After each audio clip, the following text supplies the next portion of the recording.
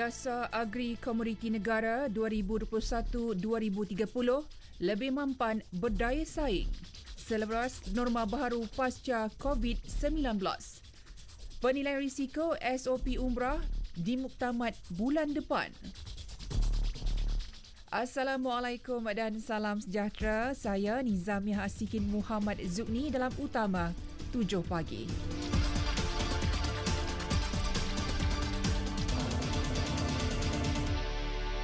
Dasar Agri Komoditi Negara DAKN 2021-2030 yang mengandungi 5 teras utama bakal dilancarkan bulan depan. Demikian diumum Menteri Perusahaan, Peradangan dan Komuniti, Datuk Zuraida Kamarudin.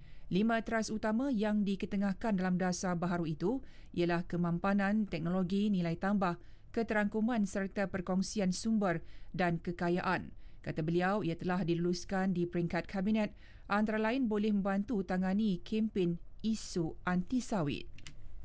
Terdahulu, Perdana Menteri Datuk Seri Ismail Sabri Yaakob semasa berucap merasmikan program Jelajah Agri Komoditi Keluarga Malaysia berkata, DAKN 2021-2030 memacu pembangunan sektor agri komoditi secara lebih mapan, berdaya saing dan berorientasikan pasaran. Ia selaras dengan norma baharu serta peningkatan penggunaan digital pasca COVID-19. DAKN 2021-2030 itu juga akan digunakan sebagai rujukan kepada industri komoditi negara dalam aspek alam sekitar, sosial dan tadbir urus ESG serta ke arah mencapai agenda pembangunan mampan 2030. Prosedur operasi standard SOP bagi sambutan Tahun Baharu Cina kali ini lebih longgar berbanding tahun lepas. Ia termasuk berkaitan kebenaran acara makan keluarga dan aktiviti ziarah. Menurut Menteri Perpaduan Negara Datuk Halimah Muhammad Sadiq, acara makan keluarga pada 31 Januari ini dibenarkan bersama ahli keluarga dan saudara mara. Bagaimanapun, penganjuran rumah terbuka bagi perayaan itu tidak dibenarkan. Tidak dibenarkan rumah terbuka, no open house. Jadi apa yang dipersetujui oleh Jawatan Kuasa Kuartet dan juga oleh pihak Kementerian Kesihatan, jamuan tertutup Tahun Baru Cina hanya dibenarkan kepada mereka yang mendapat jemputan saja. Kedua, tidak dibenarkan kepada orang awam yang tidak mendapat jemputan untuk hadir ke jamuan tertutup Tahun Baru Cina. Dan ketiga, tiada sesi majlis berterusan. Beliau menyatakan demikian dalam sidang media mengenai SOP sambutan Tahun Baharu Cina 2022 bersama Menteri Pengangkutan Datuk Seri Dr. Wee Ka Siong di Putrajaya. Dalam pada itu, Datuk Halimah turut maklumkan upacara sembahyang di rumah ibadat pada 1 dan 2 Februari dibenarkan mengikut SOP Pelan Pemulihan Negara Fasa 4 selain sembahyang khas Hokkien Klan pada 8 dan 9 Februari. SOP sama turut terpakai bagi sembahyang Cap Gome di rumah ibadat pada 15 Februari. Sementara itu, SOP bagi perjalanan umrah akan dimuktamadkan menjelang pertengahan Februari ini. Demikian menurut Kementerian Pelancongan Seni dan Budaya dan Kementerian Kesihatan dalam satu kenyataan bersama selepas mengadakan sesi libat urus bersama Persatuan Agensi Pelancongan Umrah semalam. Ia bagi mendapatkan maklum balas berhubung hala 7 susulan keputusan penangguhan sementara yang sedang berkuat kuasa. Antara perkara yang dibangkitkan adalah SOP berkaitan pelaksanaan umrah, isu bayaran balik dan penjadualan semua penerbangan. Selain pelindungan insurans, garis masa pembukaan semula perjalanan umrah dan bantuan pemulihan kepada industri pelancongan.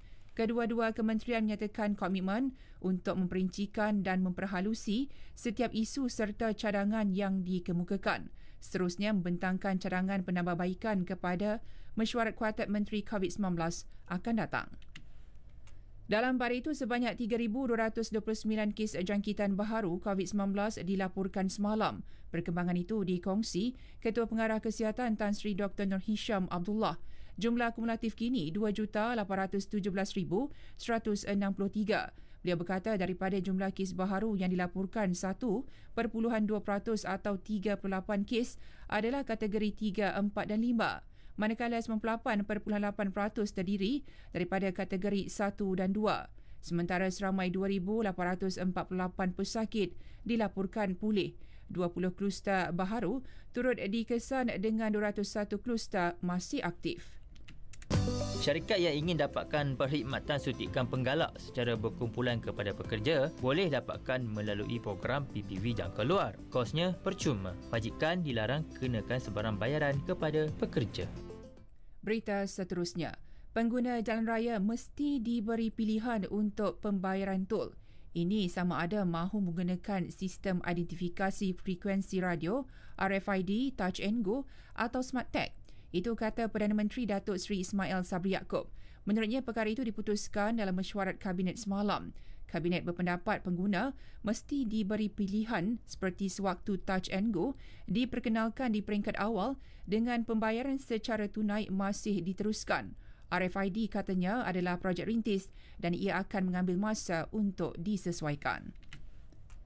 Tapak pelupusan sampah Pulau Burong Nibong Tebal yang terbakar sejak 12 Januari lalu kini diisytihar sebagai kawasan bencana tahap 1. Yang berikutan asapnya mengeluarkan toksik yang membahayakan kesihatan. Ketua Polis Daerah Seberang Perai Selatan, Superintendent Lim Chok Chen berkata perkara itu diputuskan Jawatan Kuasa Bencana Daerah.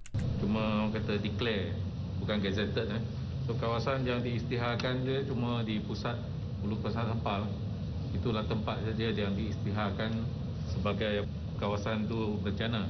Jadi bila kawasan itu dah diisytiharkan sebagai bencana dengan asap yang keluar daripada situ, kesannya akan membawa kepada kawasan sekitar.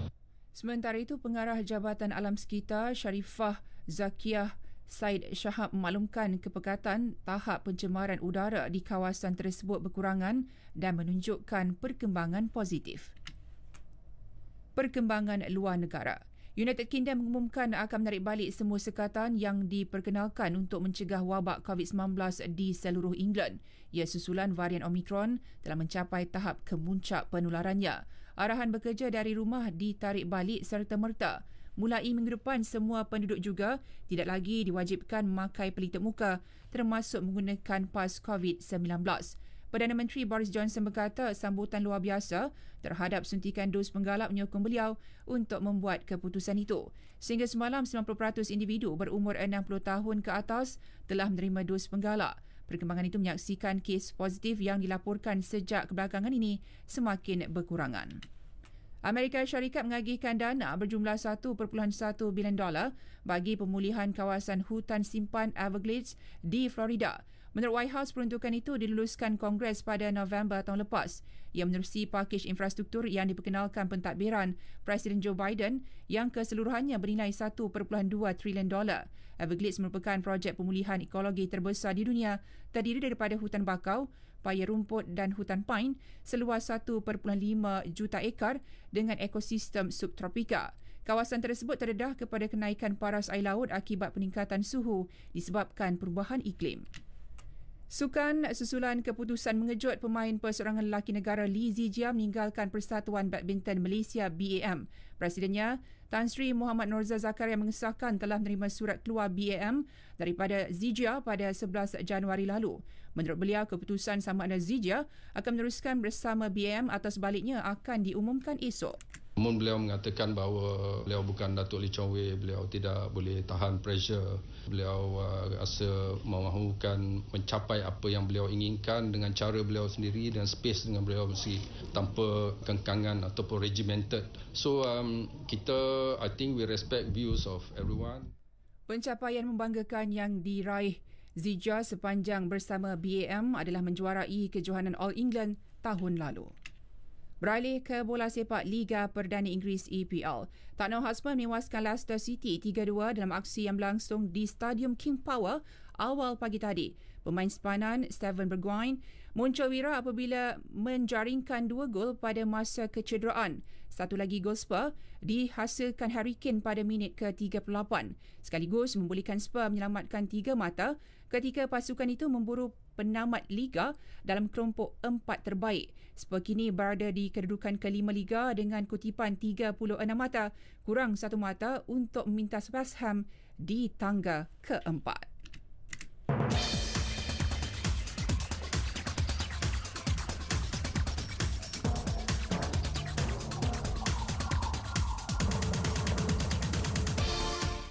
Sekian berita yang disunting oleh Nur Syarida Shahabuddin dari Pusat Berita RTM. Dapatkan suntikan dos penggalak bersama tingkatkan imuniti. Assalamualaikum dan salam sejahtera.